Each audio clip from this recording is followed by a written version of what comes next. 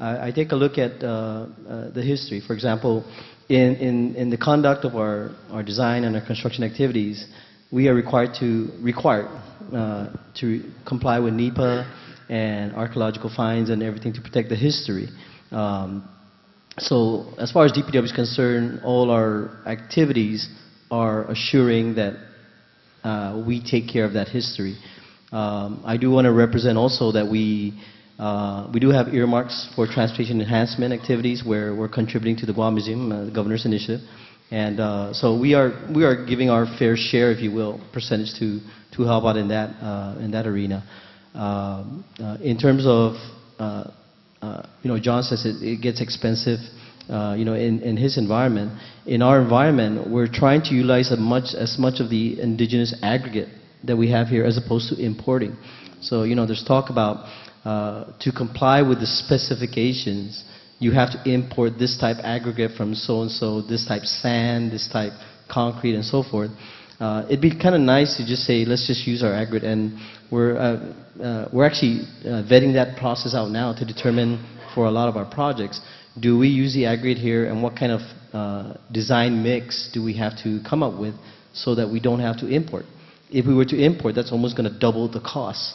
So in the utility, it may be going up, but in our case, if we use indigenous, it actually goes down. It remains low. So in that aspect, we're exhausting every effort to use as much of the local resources. Now, I do also want to represent that we need more contractors to come here to actually build up their plants and to provide the type of, for example, friction course, the anti-skid that you're familiar with.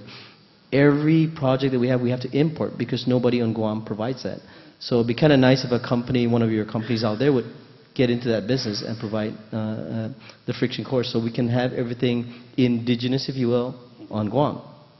On a going forward basis, for the sustainable future, we do want to maintain the indigenous aspect in terms of the people. You will have companies, no offense, they refer to as carpetbaggers. Folks who come in here, make money, and then leave. We kind of like to think in terms of training the workforce here, the capacity building for future engineers, planners, and whatnot, so that when the capital improvement is built, the project is built, somebody has to maintain it, somebody has to operate it going forward. And we would like to see the indigenous people run the show, or those who decide to make Guam their home, that we would take care of them to sustain Guam going forward. So those are the aspects that we, in terms of looking at indigenous concepts along our product at DPW, those are some of the concepts that we want to contribute. I do know that there's a saying that you build it and they will come. In Guam's case, I think we have to build it so that they will stay. So we're working that, build the quality of life, the roads, the busing system, the verticals, and so forth, so that quality of life is comparable to that of the mainland, and our indigenous people will stay. Thank you. Very good.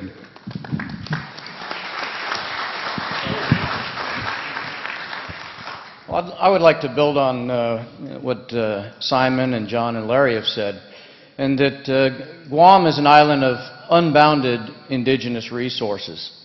Every morning the sun comes up in the east, and Guam has 12, 13 hours of daylight, sunlight, which for those of us in the infrastructure business can look at as a possible or a potential source of indigenous power.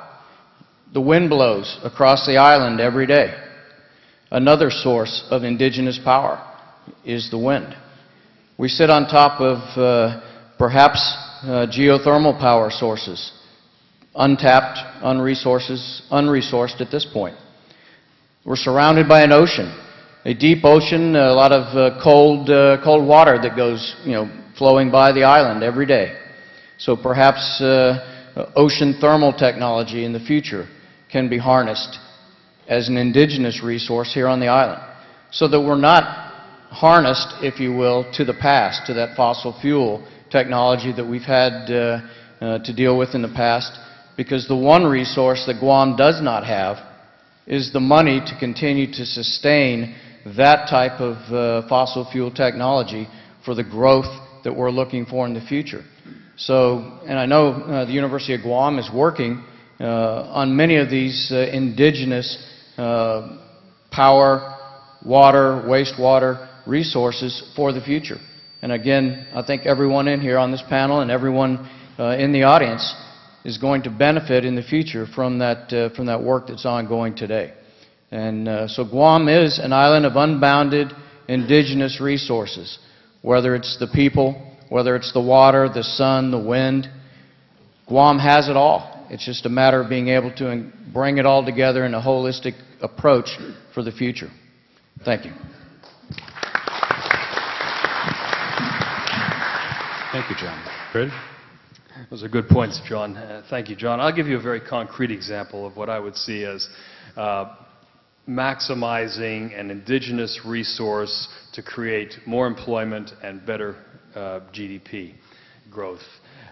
We do this successfully in the Philippines, Indonesia, and we have not yet had success doing it here, but we would like to. There's a basic reality of most renewable technologies on a standalone basis that in the absence of subsidy regimes, of which there aren't too many on Guam because of the financial constraints, multi-megawatt renewable systems are not economic. They need to be combined with fossil fuel systems, what we like to call hybrid energy systems. The result is to improve your renewable energy mix and reduce your blended fuel cost. On Guam, we have many small plot farmers. We have arable land, and we have a lot of expertise in the ability to grow virtually anything that can be grown in this climate. What we do in other countries is contract with hundreds of these farmers or dozens of these farmers, depending on where they are. We give them long-term contracts with price escalation, and we buy the crops that they grow to create biogas or biofeedstocks for the use in renewable energy generation. It gives these farmers long-term security of income. It gives their kids the ability to go to schools and attend universities indigenously or overseas. It gives us a cleaner fuel mix for the small power systems that we're creating, which are generally multi-megawatt, not multi-hundred megawatt, like you're looking at with the utilities, for example. They have to deal with a different level of reality. But nonetheless, this hybrid mix is quite possible. We have looked in various incarnations at various forms of renewable energy. Solar thermal takes huge areas of land. We don't have that much land here. Wind is erratic. Some renewables are dispatchable and some are not. You need it 24/7, or do you only have it available when the sun shines? Each of these may have its role to play in a hybrid mix, but one thing that Guam has is the ability to grow stuff that can be used in renewable generation. And that is something, if there were a way to do it, and we could have somebody who could organize this, whether it's through the Chamorro Land Trust or whether it's through an independent group, or the UOG, whatever it might be, we would contract to buy the biofeedstocks and use it to produce cleaner power in cooperation, for example, with the utility or simply on a standalone basis. Thank you. Thank you very much. We have about 10 minutes, I think, for some. We had about 20 minutes. Oh, okay. We had some thoughtful comments. Do we have some thoughtful questions? Good morning. Thank you, Mr. LaCroix, for your comments. I think I was very inspired after walking through hearing the different panels about sustainable energy. And what you shared, I think, is a really good model. And I would love to see Mr. Jackson from JICPO help us to facilitate those kind of solutions for our communities, because that's what we need.